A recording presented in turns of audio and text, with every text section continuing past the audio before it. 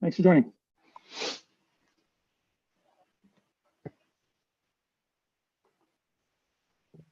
It'll be good.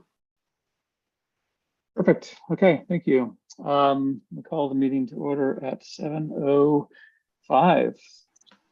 And tonight I'll continue to take notes. I'm being. And first thing to do, let's review the minutes from last meeting. And let me share my screen. Jay, you mind maybe share permissions?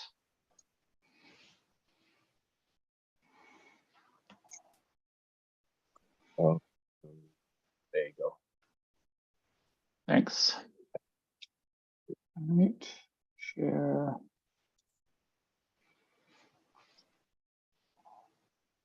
Okay, we ended, yeah, shortly after 8 p.m. Angela shared the latest draft, the strategic tech plan. We agreed that the committee members would review, come back for discussion. Hoping to do that tonight. And of course, it's not just limited to tonight. It is a living document. And thank you as always for maintaining that, Angela. Yep. We discussed the new town website. And UX survey summarized by Larry. And I took Larry's notes and appended them to the bottom here of the minutes. And Angela suggests we consider putting out a brochure for navigating a new website, possibly distribute it at the library or senior center, and then ongoing reviews, network architecture with Jay and Joe, and as well as yeah, the only thing I noticed was a with there, but okay. down to the town IT synergies for schools. That was the only thing I saw that was a. Yeah, I have pretty bad.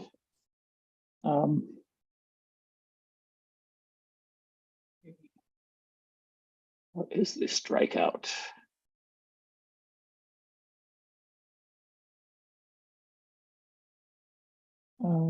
Text, watermark.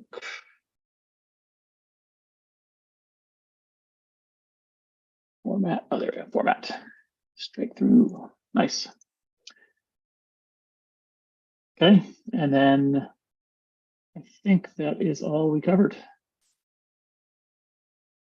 Any discussions, proposal to correct?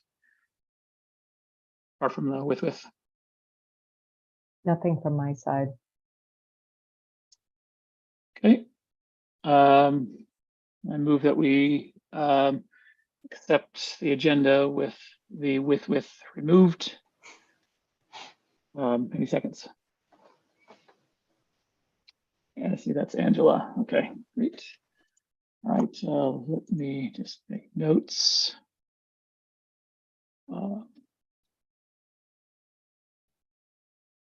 Moved.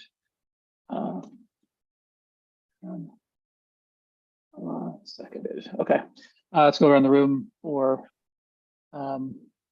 the approval. Angela. Aye. Yash. Aye. And Joe. Aye. Great. Okay.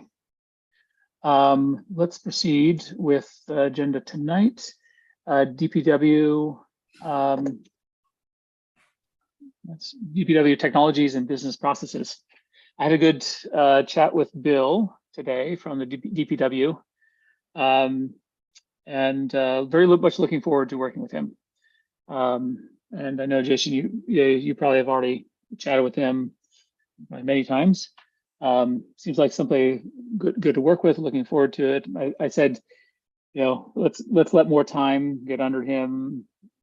He's going to need some time to get comfortable with his position, learn about what has been done in Southborough, and look for opportunities of improvement.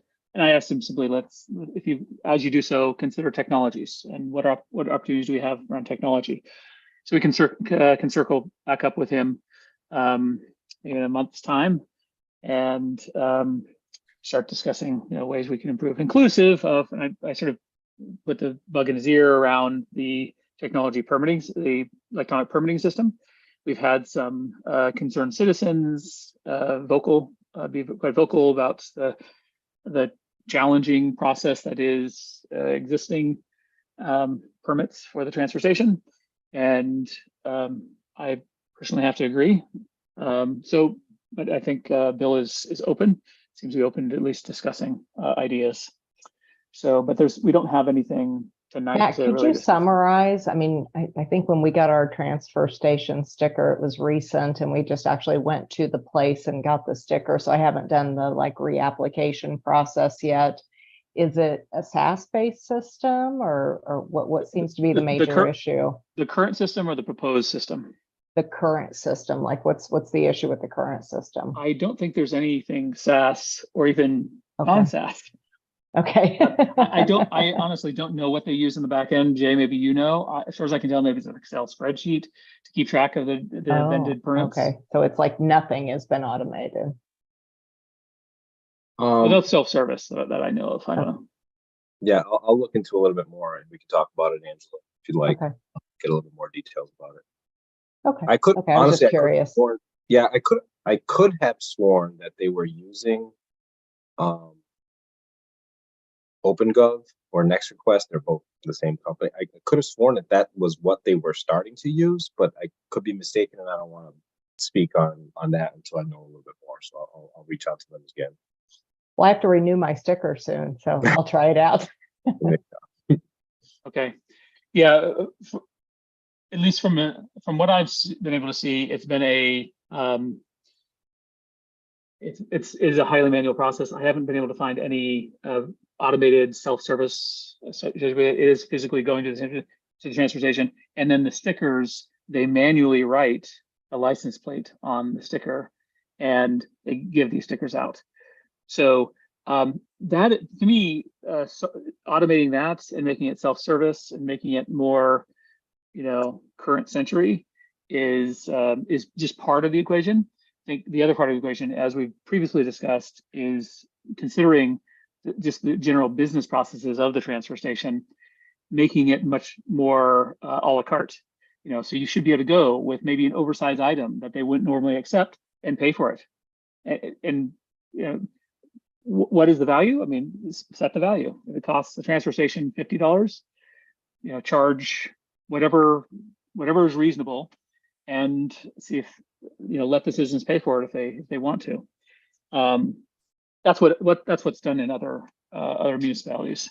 They have an a la carte list of, you want to deliver this item, here's a pricing calendar, and they have a tablet, and they just charge you right there. It's a point of sale service, and people can also buy remotely. They can buy their permits, and they can buy it for the year, whatever year they decide. It starts for them. They want to start on January 1st. It's January 1st to January 1st, and it's not limited to a single fixed calendar. And also citizens can purchase 1 day passes if they want to, or 1 week passes.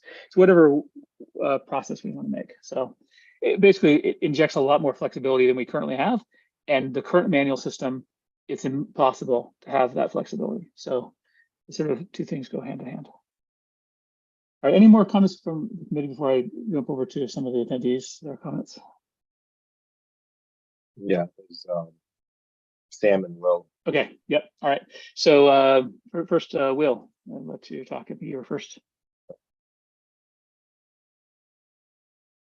think he's Will, you're welcome to chat. You can unmute if you want.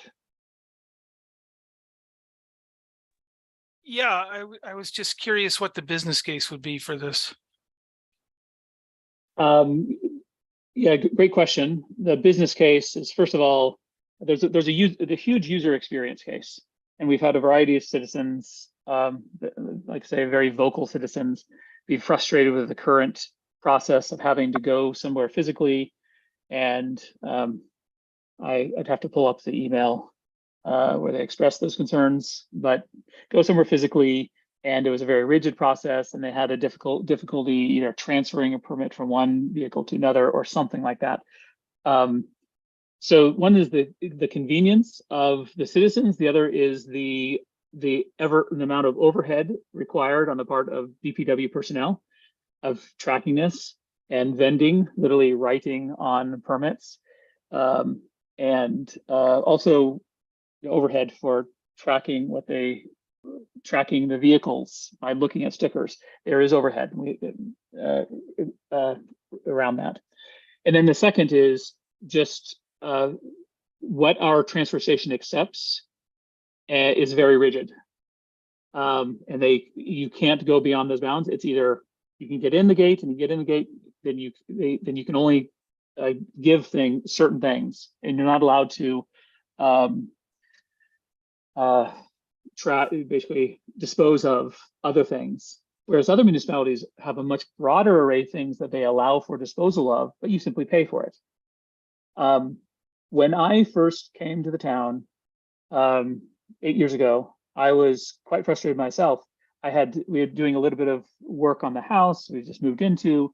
I had a little trailer full of trash, basically sort of the back of a pickup truck of trash. And I went to the transfer station, and they said, and I paid the couple $100 for the permit, and I went to the transfer station, and they said, you can't bring a whole trailer full. You have to bring like 3 bags per trip. Like I said, I'd be happy to pay. What can I pay to drop this trailer off? They said, you can't pay. We can't take some money, but you just need to bring it up in chunks. Like, okay, so that's what I did. I made trips over multiple days. I didn't pay anything because they couldn't accept cash. It was just a sort of a bad user experience from my perspective, when it would have been much nicer just to say, look, I would gladly pay for this one time to be able to give more or whatever. So I think that's the general theme, is we need to bring Southborough in line with what other cities are doing in terms of the user experience and the flexibility, and expand the services we offer. I don't see that as a business case. I just see that as aspirational. I mean, if you're going to spend money, if you're going to ask people to pay tax money, you should have a business case. And also, I mean, instead of just talking or emphasizing convenience issues, you should make sure that you've thought through the different processes and whether or not they really will be better. So, I would say this would be a big change. It would affect a lot of people. It may drive people away from using the transfer station, which would not be good, I don't think, for a variety of reasons. So I would just say we should definitely have a business case before you get into this too deeply. That's Absolutely. my comment. It's a good point, but I don't think this is tax dollars, right? I mean, when I pay for my transfer sticker, it's not tax dollars. It's money that I'm paying directly. And, I just paid for E.L. Harvey to come and get some stuff off my curb. And it was a considerable amount of money for a couple bulky items. If that money could be going to Southborough, there's the potential that this could become more of I don't know if it would really be a profit center, but it could, help offset some of the tax dollars. So I get your point, Will. I think it's a business case we should investigate, but I do think that the business case could be there. Well, I guess the other question would be, I would imagine that our transfer station has negotiated contracts with whoever takes the garbage once it leaves our transfer station, and we'd have to check those contracts, Yes, make sure that we wouldn't be violating them by having absolutely. either too much volume or having bulky items that are not covered by the contract we currently have. And when you get into negotiating a new contract, the price that we pay as a town may go up. Absolutely. All those considerations need to pay. Right now, it is an idea that's in its infancy. It's an ideation phase. It's not a comprehensive business case. There's no business model around it. We expect to work towards those things, including financial model. So I appreciate your comments. Let's go ahead and move on to Sam. Sam, do you have a comment? We allow you to talk. Yep, thanks. I appreciate the chance to add a couple of points here. One, we do actually have a system to issue the permits today. I can't remember. I think it's the website, guys. Jay, you may know, ClearGov or Civic Plus or whatever. And interestingly, we got off to a very rough start because nobody told them that we are charging seniors for stickers this year. And so the first few days, seniors weren't getting charged. So we had to back up and do that. And the second piece is that the system apparently required everybody to re-enter all their data, even though they'd had data from last year in terms of vehicle registration information, all that kind of stuff. And so there was a fire drill that they sat down with a vendor there and got that straightened out. So for the most part, people who have got existing stickers don't have to re-enter their data. If you have new vehicles or whatever, you got to re-enter that kind of stuff. So I think that we're making progress on that, but the system does do that. But Angela, I also went in and picked up mine physically there because I wasn't sure how the system was working at that point in time. But I think to Will's point of the business case, the thing that I'm interested in is the thing that I'd heard, I think you, Angela, suggest that people out there potentially, I think, could be very interested in a day pass or a week pass kind of thing, or particular types of additional trash, et cetera. And if we had a system to track that kind of stuff, I think we could increase revenue for that. And it seems to me that we continue to play. It costs about $600,000 a year to run the place. We get about $500,000 in sticker fees as a policy decision. The select board debates that one every year. And the consensus has been that we put about $100K into the tax base, rest of it based on stickers. But this kind of system would allow us to be more flexible with that kind of pricing, I think, and maybe cover more of the cost of the station with that variable pricing. So, and I think to your point, Matt, my sense, I haven't talked with Bill Cundiff, the new DPW superintendent, too much, but he seems to be very open to technology. And one of his raised eyebrows was about some of the things we're not doing with technology now so far. And he's been on the job for, I guess, less than a week here, so a few days. So he's already, I think, seen some deficits here in terms of things that we ought to be doing. So I'm hopeful that he will be very interested in these kinds of things. And I think he's very open to discuss many new different ways of doing things. So I would encourage you to stay in touch with him. And I think it's good to let him have a few weeks to get his feet on the ground here, but he's hit the ground running so far. So anyway, I remain very interested in the technology for the transfer station. Maybe it's not going to work, but it sure seems to me we're out of step not doing something like this. Thanks. Yeah, thanks for those comments. And yeah, to your point on the costs model, basically the revenue, particularly revenue generated, I'd have to pull it up, but one of the vendors that we've been looking at that would provide such a system that allows a la carte and point of sale shared with us some of the cost schedules from one of the other towns in Massachusetts, what they charge per item, and he shared with me verbally that this town and other towns, they pull in over $100,000 a year on these other items because citizens want it. These are this is not the permits. The permits are themselves, right, but just on the day passes or the large couch or whatever it is. And so that would actually possibly go towards, as you mentioned, even possibly reducing the tax overhead. So fully agreed with everything that's been said here. We need to make sure it's a solid business case, that we've set out our objectives. But I think it's time to we will continue working with DPW. Thank you. Sure. Yeah, I just had a quick comment. That was what my assumption was with the OpenGov application. I could have sworn that that's what they were using. And then there's been a lot of conversation about issues with people and who was charging what and who was getting charged. That I was like, did they change something without them letting me know? But that was my first. Like I could have sworn we just set this all up last year with Tammy over at DPW, and I'm like, did something else change that I'm unaware of? So, no, but yeah, I think I wanted to speak because a lot of things have been coming up recently that I wasn't sure that did something change that I wasn't aware of because of all the conversations with the transfer station information. Yeah, I think our interim DPW superintendent wasn't as much up to speed with that history, and so it was a bit of a surprise there when they turned the switch on July 1st or whatever. So. But we're, I think, working now, so it's good. I mean, transfer station, very interested in economic business, which I would be happy to chat with people about. But I think so far we're pretty well set now. So thanks for your interest in this. Thanks. All right, we're running low on time, but I think Will has his hand up. Let's go ahead and Will, go ahead. Go ahead and talk if you'd like to. If you have any more comments on the subject. No, I don't. I'm sorry. Okay, all right. Thanks. All right. Let's go ahead and move on to the next topic, which is around town tech status strategy updates. Angela, I think you may have sent out the most recent.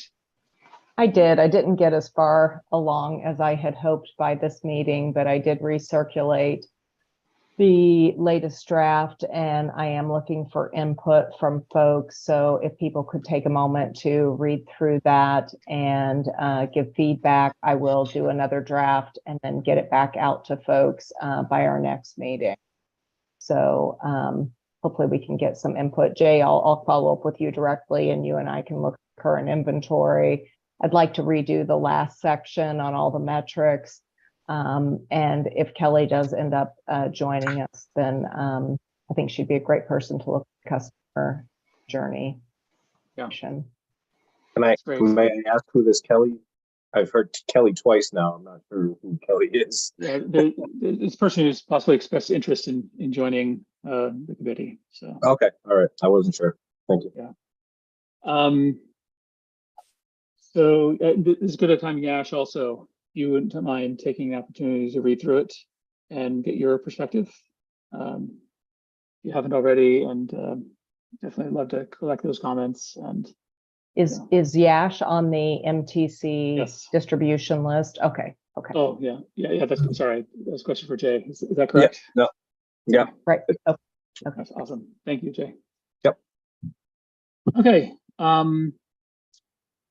Strategic alignment with master plan.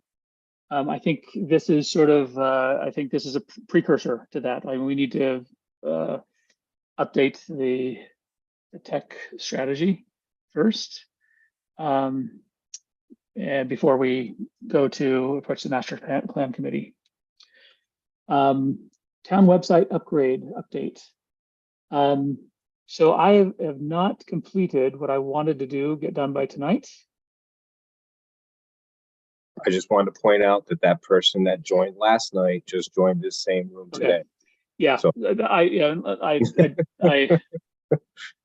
Just keeping it. thanks for knowing. Yeah, unless it's somebody we're familiar with. Yeah. Yeah. Thanks. So basically the town website update, we've had a variety of input about some of the updates that have been made. There have been a variety of broken links. And I think that the update has been, as with any change, it has been disruptive to what people have been accustomed to. Not necessarily saying that that is a bad thing. I mean, some things, good technology and good changes are potentially for the better, right? It does take time to get used to. That being said, I think there's opportunities, as we expected, continued opportunities for improvement in the new website. And in working with Jay, I've volunteered that the MTC could help collect and aggregate some of the feedback and help prioritize, like, what is the most important from a broad citizenry perspective. Like, there's certain, with our work with the UX volunteer, understanding what are the most common user journeys. And what are the things on the website that would disrupt those user journeys for the most common requests? Certainly, there's going to be some citizens that use a particular piece and function out of the website that most other citizens don't. And those shouldn't be correcting those or fixing those or updating those should not be prioritized over what the most common pieces of challenges with user journey. So, Jay has offered to let us collaborate with him on that, and I'm actively putting together a form actually to collect website feedback, and we'll put it basically collect it into a spreadsheet, and then on a monthly basis, we can help prioritize those things. So of course, if there's any ultra emergency, like the website's down or something's inaccessible, Jay's going to be all over it. But for these other things that potentially might take longer, I think it's useful to get everybody's input. Jay, do you have any other comments on that? No, that's exactly what's going on. There's items that if you guys have a chance to look over and dissect and figure out what's high priority, what's low priority, it would be extremely helpful right now because there's obviously a lot of things that are going on as well. Yeah. That we're trying to make sure that it's, continuously running smooth in some way or form at the top level. And then the items that we're not seeing that are issues, we need to obviously address at some point. So that's exactly what's going on. Great, thanks.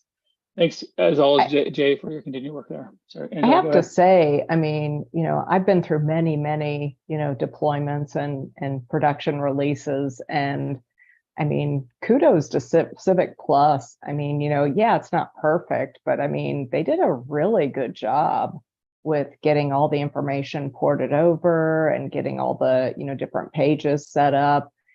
I mean, there's definitely room to grow, but I mean, I think, Jay, you handled the project very well, and, they seem to do an excellent job supporting us. So, I mean, in terms of how this could have gone versus how it did go, I mean, I think it's really great.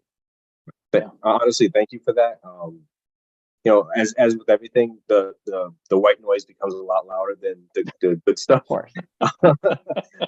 So I believe that, and I said this recently too. I feel that this has been a really positive outcome for the community, and it's going to continue to grow. It's never going to be stagnant, and I had said that from the beginning. It was never going to be something that we're going to throw out there and say, "Hey, have fun with it." That was not the plan. So there's going to be hiccups. There's going to be issues. There are things that we've been constantly encountering. But as far as a project goes, I think Civic Plus assisted us in the best way. They trained us as much as they could possibly train us.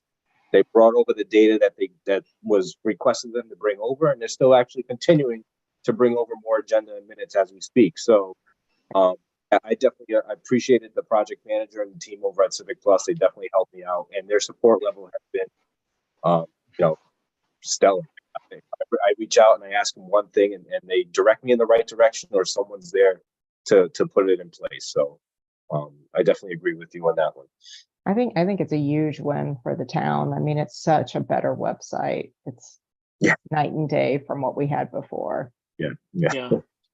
And that's the thing that people forget is like, people might be frustrated or angry with the things that we don't want to minimize that there are some things that obviously need room for improvement, but so glad that we were able to move forward and upgrade, and it was time. It was time. Yeah, it was definitely time. So yeah, thank you so much for that. So yeah, I will, as soon as I put that together, I'm going to put up the form, and I'm going to aggregate the responses we received in email into the sheet, and then I will share it with the committee for us to discuss in future meetings, so forth. Yeah, are we going to promote that on either or both the town website and MySouthborough? Are we going to link it on anywhere to actually actively garnish more comments? I think so. I think that would be good, and we can serve as filtering, and so forth. And again, I'd be happy to commit to doing the sort of pre-filtering aggregation. I'm sure there's common issues that are similar to each other, as well as prioritization based on how broad the impact is, number of citizens that are affected, etc. But I think I like the idea of promoting it, because we want to be, collect feedback and look for opportunities for improvement from everybody. Yeah, to really build trend, we need numbers. Yeah. Okay. Anything more on the website? I think that's it.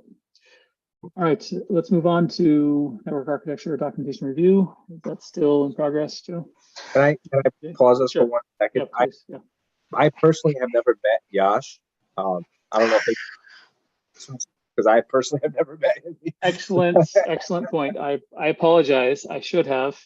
My mind was escaping me. Yes. Yash, would you mind introducing yourself? When we welcome Yash to the committee, he was appointed by the school board, and love to have you spend a couple minutes introducing yourself. Sure. Thank you for having me. Thanks, Jay, for bringing this up. I was also wondering, like, okay, how does this go now? So I'm Yash. I've been in Southborough for like 4 or 5 years now. We moved in right before the pandemic, and after that, been getting out here. So my day job, I'm a principal architect at Intel. I'm more involved into AI architectures and technology. I've been here in Massachusetts for around 15 years doing my education plus PhD, then working, and now in Southborough, calling it home, trying to get so was excited with the MTC last year, and when there was an opening, and I think then continued to follow up on certain things. Yeah, I have missed out on a few middle portions of it also, but try to be in touch. So when an opportunity opened, I think Matt got in touch with me, and followed up the process, and here we are, excited to be a part of the committee and contribute. And yeah, I mean, answering the earlier question, yeah, I am on the list now. I did receive the document Angela sent out, so I've started reading through it. Still trying to get the full gist of things included. So if there are any questions, if you want certain things from me to look into, please do tell me about it, and sure, I'll contribute to it. Welcome. Yeah, welcome aboard. Welcome. Okay, any questions for Yash? No, I at least wanted to know who he was a little bit. That would have been nice. Welcome aboard. Thanks.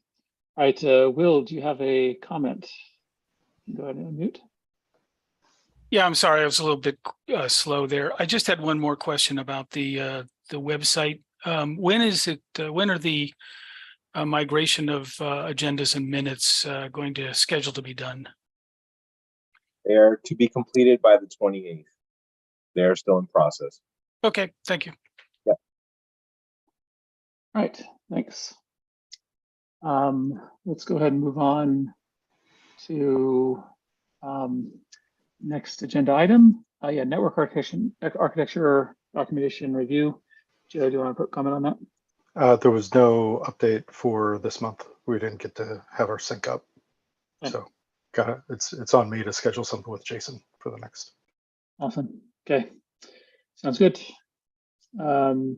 Secondary ISP discussions with, I think you're gonna have some conversation with Comcast, Jay, is that right?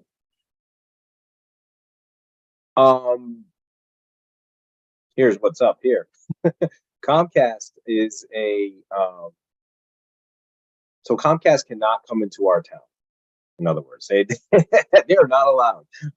So they what they do is they referred me to a company within their organization that could give me a quote on running fiber into our town to do that, and the price is, oh my gosh. So there's that. I've also talked to another organization who has Spectrum on the side as well. They have given me two options. That's actually something I'd like to. I just got the quotes in this week. I mean, end of last week. I haven't got them over to you guys. It's something I want to get over to you guys to look at as well. Pricing wise, in a sense, if anybody has any input on it, in a sense. But this company is giving me an option where they would have Spectrum come in with a dedicated fiber, which obviously the prices are much higher. And then it would be the coaxial. I want to say similar to the Verizon gig in a sense, whereas the Verizon business gig is not necessarily that enterprise level gig, but Spectrum is saying that they have an offer for a gig or a 500 meg if you want to bring it in for about the same price that we're currently paying for Verizon, which would give us a secondary. The other alternative I got in today was, once again, so we're very limited here, as most of you that live in the town know. There's Verizon, right? So, and they're pretty much the head honcho with everything right now in Southborough. So there's another organization that, again, they have an option to bring in a fiber line. The monthly cost, again, is definitely higher. It's a dedicated fiber line. You get the SLA, the dedicated fiber. The prices for the gig are, definitely outside of what I was expecting.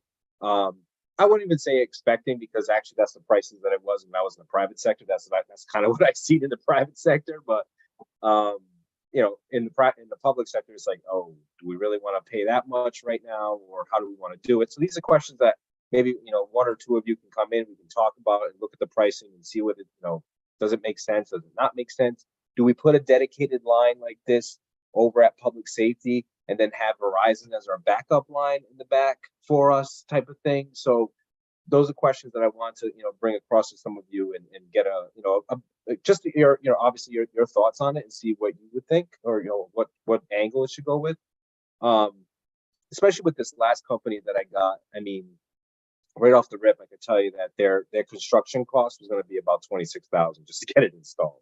So that's not happening, right? So it's like I did not budget no 26K to install. So you know, with that said, there are some options on the table. I'd like to get something, you know, written down and solid, sent, you know, and have it installed within the next month or so. So I'd like to have a conversation, whoever it is on this team that wants to, you know, kind of review that with me and see what your thoughts are on it, and go on with the next steps so we can get it installed ASAP. Sounds good. Joe, do you want to? Yeah, happy to do so. If you got something, even if it's rough, that you want to send over, I could just slap it together into something more formatted. Yep, perfect. And I'd be happy to help as well. And part of this is understanding what are the objectives. I don't know if we have any data off of our existing firewalls about utilization of the existing Verizon, like how many, you know, what is the 95th percentile of our consumption or burst. Yeah. And if we're really looking for really a backup, I assume what we're looking for would be an active failover as opposed to active. Yeah. Because this active failover, maybe the speed doesn't have to be identical to what we're getting. Exactly what I'm thinking. Exactly. Yeah. It's just until Verizon comes back up, because if Verizon is down, I always say this, if Verizon is down, a company like this is down for that long, then there's a lot more problems going on than our cable being off. So Yeah. Get down for days on end, you know, somebody must have hit something. So it's something that at least fail over to, so we have at least connectivity going forward, especially for PD and FD. Yeah. This is sort of reinforcing an idea: is the more diversity you have, the less you need to have reliability of the primary component. That's the reason why you have redundant array of independent or inexpensive disks. You don't have to pay a lot of money for these ultra reliable disks, because you can, you know, stripe across or mirror across multiple inexpensive disks. In this case, you know, if we can, our backup doesn't necessarily have to have the same reliability as the primary, as long as it's, you know, the 2 minutes a year or 5 minutes a year that Verizon's down, it's up, then Yep. Great. Okay, thanks. Thanks for your work on that. Cloud deployment of Assess Pro 5.0. That's still in conversations. Jay, I sent you a quote, and we can discuss that. Which it would take, given the current server spec we have, to run a virtual machine in Amazon. In this case, this would be, Amazon would be covering the licenses for both Windows Server as well as SQL Server. And just tidbit information, Amazon does also support bring your own license, but the Microsoft licensing model forces for bring your own license require that the entire machine, it can't just be one virtual machine on a piece of hardware, it's an entire physical machine. So when you go to Amazon and say you want to bring your own license for either Windows Server or SQL Server, basically you have to go for their dedicated physical hardware option, which is a lot more expensive than just paying Amazon for the license. So anyway, it was interesting. Okay.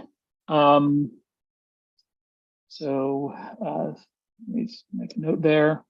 Synergies with the schools. Jay, have you had, sorry, not Jay, but Joe, have you had any chance?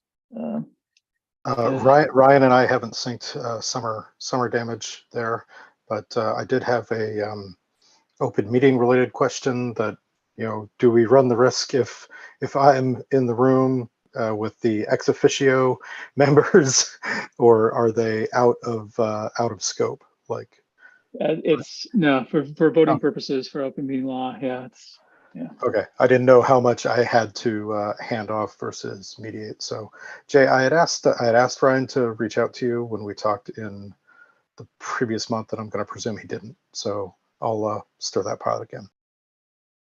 He was. Do we have actually a KMZ of that?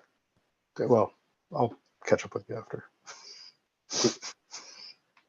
okay. Meeting. Okay. I think I don't have any other items for the end. Is there anything I missed? I just want to call everyone's attention to the trifold that I sent out on the website. It's very draft, and I'm not sure a trifold is actually the right structure for this. So I'm playing with that a little bit, but if you guys could take a look and give me any feedback. And I mentioned to Matt that on next month's meeting, I'd like to talk a little bit about some of the scams that are out there. I saw a posting by the Southborough Police that we have a lot of residents that are being taken in by scams and actually losing money in Bitcoin and some other types of scams. And it seems like it's getting extremely prevalent that people are getting, taken in by certain things. So maybe, I don't know if it's just some education we could do or something on the website that we could publish that would help people identify some of the primary things they should look out for with scams. But it does seem to be, not just in Southborough. I'm hearing it in my corporate world. I'm hearing it in other places. It seems to be growing exponentially. Yeah. Just to absolutely, that is something we can definitely put out there. This would be a good time to use some of those new tools that we have in Civic Plus, for announcements, for having modules in place for different banners. We could put this on the MTC site. We could put this on the IT site. I know traffic probably doesn't go always to to the IT department or to the MTC for that matter, but at least maybe putting something to link on the main page that brings you back to our sites and kind of gives you more information. So maybe more traffic will start coming to the IT department and MTC to look at some of this stuff. And we can probably use some of those modules. Absolutely. Yeah, that'd That's be good. great.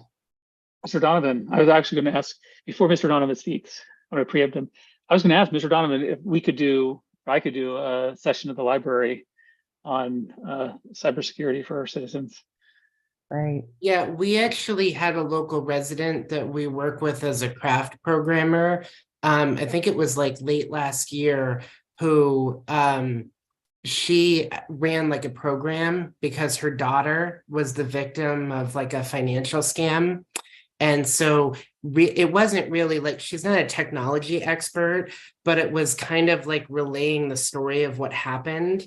And there were other people in the audience who either had been a victim themselves or who had family members that had fallen victim to it. And the police department was kind enough to stop by and send representatives who also just spoke for about 5 minutes. Like, it wasn't very long. I think they stayed for 5 more minutes to answer questions. And we did have, I think, like over 20 people attend this session, and it was put together pretty quickly. And then we did try to cast a wide net, but I would just say I was surprised at the turnout. I thought the fact that the police department got involved was positive. And I would just say we've been looking for doing something like that. We just don't really have the technology expertise.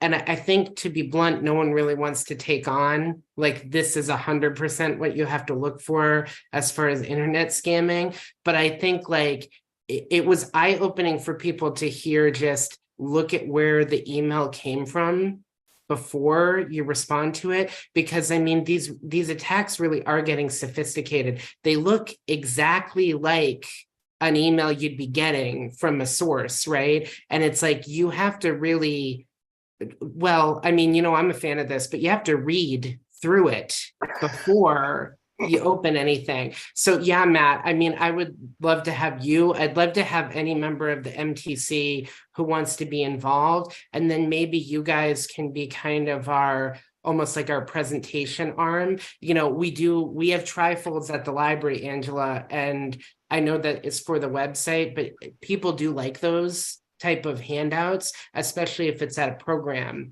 So like, anything that we could develop or hand out, I think would be good. So I've talked for a long time, but I don't think you guys were aware of that program. And I just wanted to share that with you. We could put together a trifold, Matt, that would support the presentation, and then you could give it That'd be out great. during the presentation. And I mean, everything from don't buy gift cards and give people, and I mean, there's just so many things that are obvious components that scammers use. So we could absolutely do something like that. If it's fine, I can participate with this with you, Matt, on this one. I can get it started out with for me. There are not only about the gift cards and all. If you're talking about cybersecurity scenarios, then postings on public places, any kind of billboards where there is a QR code that is posted out there, that's like the biggest problem that we can start seeing, because you can put a sticker with a QR code practically anywhere at this point, and the curious folk will go and you don't know where it goes after that. And yeah, so yeah, let's do it. So I'll reach out to you, to Ryan, about scheduling something, and yeah, let's work together, Angela and Yash, on that. And again, I don't think we have it necessarily on the topic for agenda tonight, so we can't really discuss it in detail, but the world is getting scary, especially in the advent of AI and voice phishing attacks. And the fact with just a few seconds of audio of anybody's voice, they can go after you and your loved ones. So yeah. All right. Let's go ahead and close. Thank you everyone for joining tonight and for your time. Before we close, let's take a look at our calendars and find a day for next month for an August meeting. Wondering what, say, August 22nd. I know people may have vacation, but I'm guessing we might be getting back by then. What does August 22nd look like for people?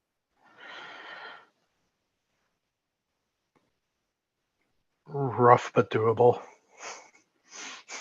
I'll be out on the 22nd. You'll be out.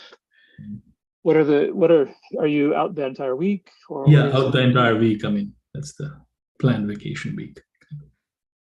Okay.